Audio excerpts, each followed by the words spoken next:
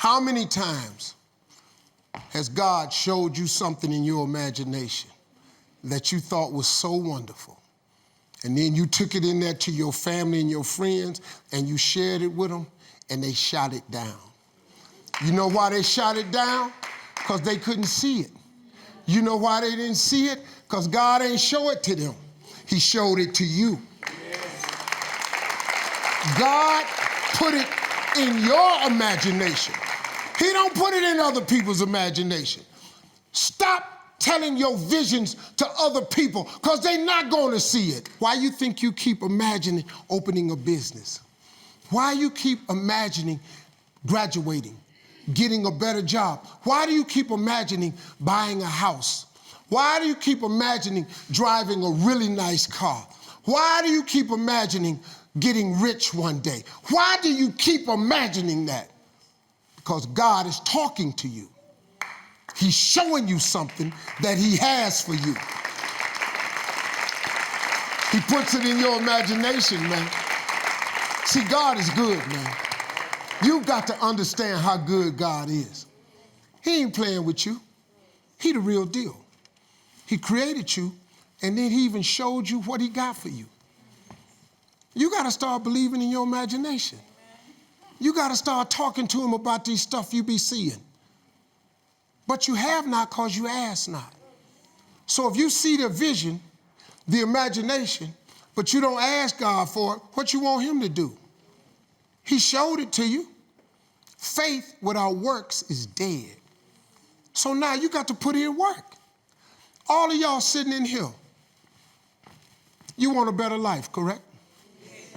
Haven't you imagined a better life? Okay, who you think he showed it to? He showed it to you. Why you think he showed it to you? Because he want to give it to you. But if you don't work, if you don't ask him for it, he cannot give it to you because he created us with the power of choice. We make choices every day. If you decide that you will be poor, there's nothing I can do. You're going to be poor. If you decide to be rich today, who's going to stop you? Who? If you decide you want to be rich, all you got to do is start. Why not? Who's going to stop you? Unless you tell it to the wrong person. Mama, listen to me. I'm going to be rich. Anybody rich in this family? Go in there and sit down somewhere. Get yourself a good job. Oh, mama, you must be right. No, mama could be wrong. Because what you have in your imagination, God didn't show it to your mama. I'm sorry. He showed it to you.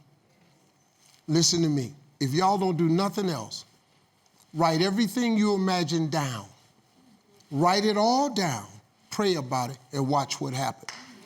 Watch what happens. Because let me tell you something. If God can fix me, you have no idea who you're looking at. You have no idea what I've done. You have no idea what I've been through. You wouldn't even talk to me if you knew what I had to do to be here. But God is in the forgiving business. God is in the get your life together business. God is in the turn it around business. God is in the saving business. God did all that for me. So I'm telling you right now, if God can fix Steve Harvey and turn him into this, I bet he can turn you into that. All right, thank you. When I first started doing comedy, you know how much I made every night? $25. Then I made $50. Then I worked. I started charging $75.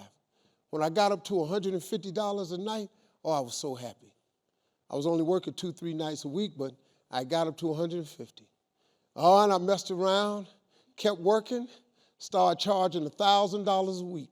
When I started making $1,000 a week, man, I thought I was going to be so happy. And then I met a comedian who told me he made $5,000 a week. I went, what? He said, I make $5,000 a week. So I got busy, I made $5,000 a week. I'm going along, I'm making $5,000 every week. I'm touring the country. I meet a guy named Sinbad on a park bench in Birmingham, Alabama.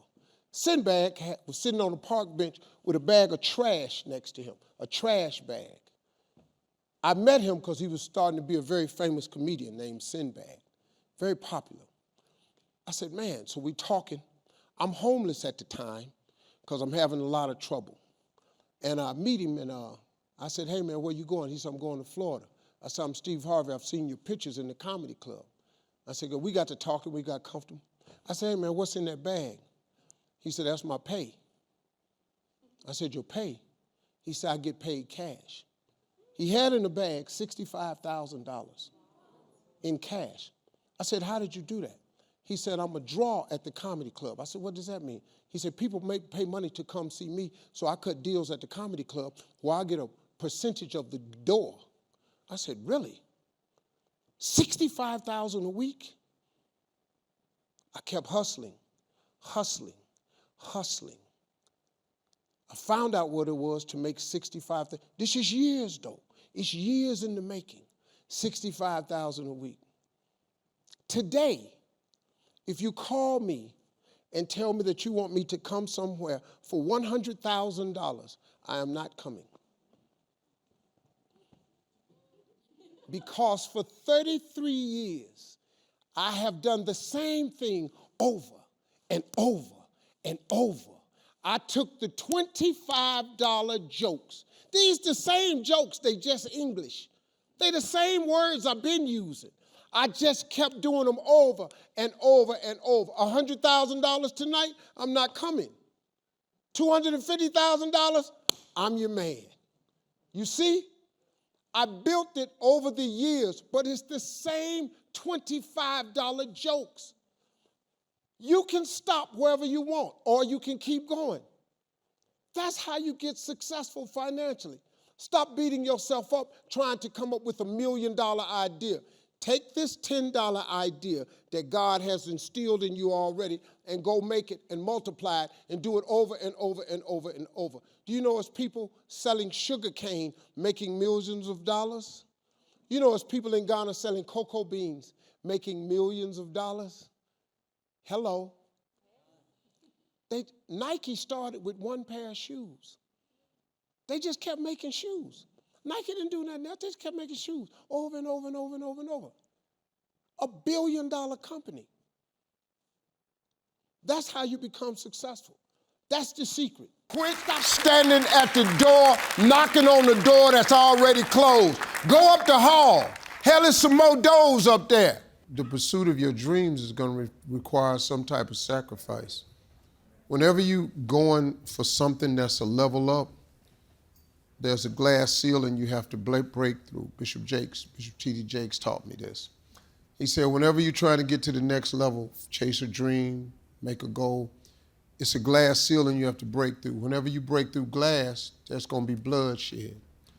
The thing you shed is going to have to be something you care about deeply. It doesn't mean that you'll lose your loved one, but it's going to cost some time. It's going to cost some date nights, and that's when you're going to find out what your love really is. That's the price, man.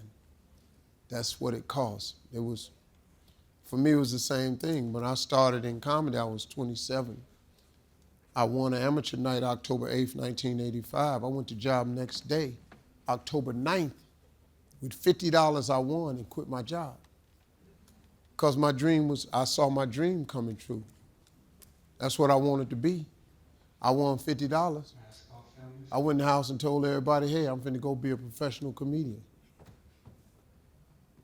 What? I'm quitting my job. You can't quit your job. Yeah, I already did it. And that was it. And I was 27 years old. That was 37 years ago. And I lost everything twice. And it's a crazy decision. I lost a lot. Lost some family, lost some money, lost my livelihood, I lost everything. But I did not lose the key component. I did not lose my faith. I kept the faith the whole time. Faith is the belief in things that you cannot see. And I didn't see how I was going to make it, but I had the faith that I would. See, that's the thing about y'all. You got to quit tripping on whether you think you'll make it or not. Stop tripping on whether you think you'll make it or not.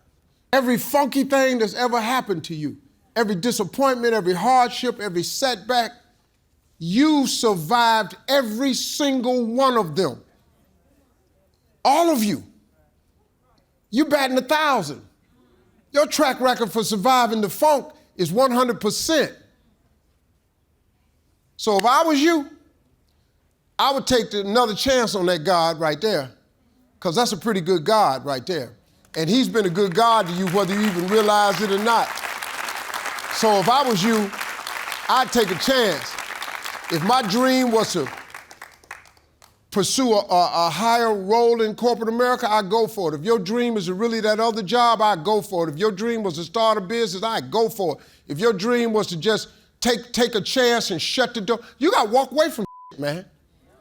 You got to walk away from You can quit worrying about doors that close in your face. When doors close in your face, it's a sign from God that he wants you to walk up the hall, because there's some more doors up there. Quit standing at the door, knocking on the door that's already closed. Go up the hall. Hell, there's some more doors up there. Go through a bigger door, but you got to take a chance in life, man. Quit playing it safe. You got to get funky, man. Quit playing it safe. Stop playing it safe. Take a chance. If God done got you through all of your life, why would he not get you through the rest of it? What he gonna do, stop caring for you? What? He gonna stop helping you survive? No, man, he always do it for you. He gonna get you there, I'm trying to tell you. Better take a shot before it's too late.